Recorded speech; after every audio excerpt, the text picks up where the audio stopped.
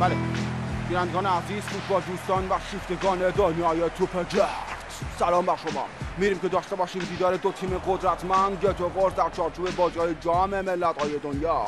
امروز ساحران و جادوگران فوتبال گرد هم اومدن تا یک بازی دیدنی رو به نمایش بگذارن. راه پوشان آرژانتینی، بله راه پوشان آرژانتینی، ستارگان بی همانند فوتبال، 11 مرد کوچک با سایه‌های بزرگ در گستره فوتبال. در جام‌های آینده از این مردان بسیار خواهید شنید. بله آرژانتین محبوب قلب‌ها، ببخشید سلطان قلب‌ها، یادآور بزرگ فوتبال مردان جامعه مدنی، مردی با نام دیگو آرماندو مارادونا نژاد، چهره ناپذیر خاطرات من. و ما در طرف دیگر میدان فکر می‌کنم لازم توضیح نیست که باباهای این بلژیکیان بیا نمیتونن در برابر بابا دیگو ما حرفی بزنن. یک پاس رو به جلو برای مسی که اگه واسه شما مسیه واسه من طلاییه، اون یه طلاییه. بله نگاه کنید، اجازه بدید از سمت راست یک سانتر زیبا و ضربه سر سافیولا که همون سافیولا خودمونه. بله و گل برای جندولا، گل برای حزب الله و گل برای آرژانتین. خرابتم کمانتم. بله در یک کلام بدون تو هرگز، با تو هم اصلا فکرشو نکن. آرژانتین don't cry for me آرژانتینا. بله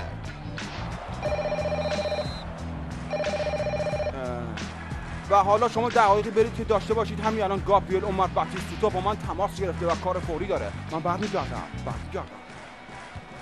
الو منوش تویی؟ چی؟ دادگاه؟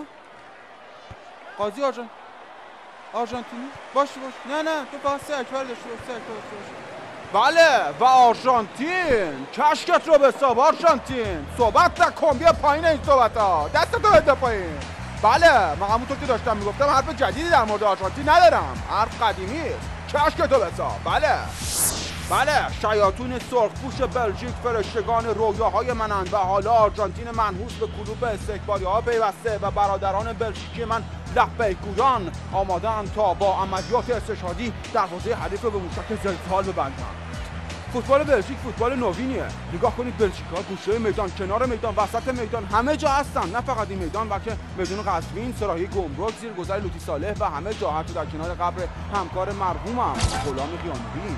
نگاه کنید بلژیکی‌ها هر موقع پا به توپ میشن صورت آرژانتینی‌ها جوش میزنه. بله چه خوب جوش میزنه. بله باریکلا. بله دود بلژیک دود بلژیک دود بلژیک. خیلی متشکرم.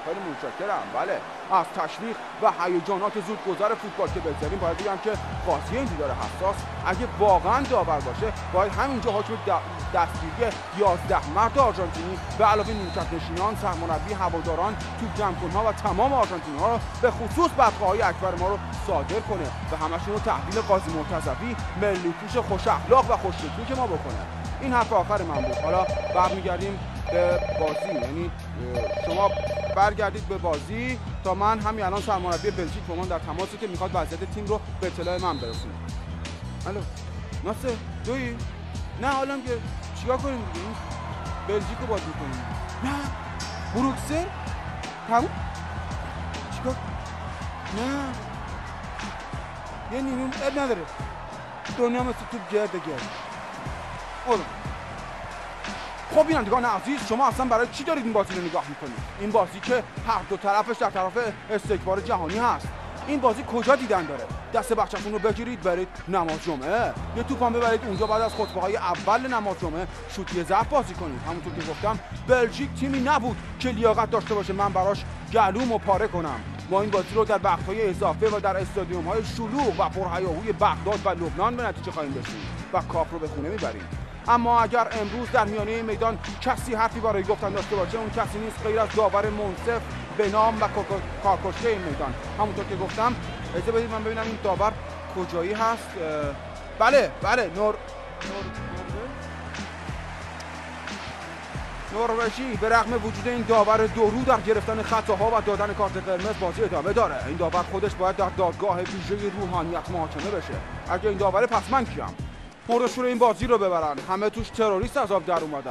بله نگاه میکنید و شما برگردید به بازی، من هم برمیگردم به هیبت اصلی خودم. حالا که اینطور شد فوتبال هم مثل شطرنج حرام است. امام رفت، حالا فقط ماشی تماشاچی نما موندن که اونها هم الان حل و فصلشون میکنیم. بله الو 110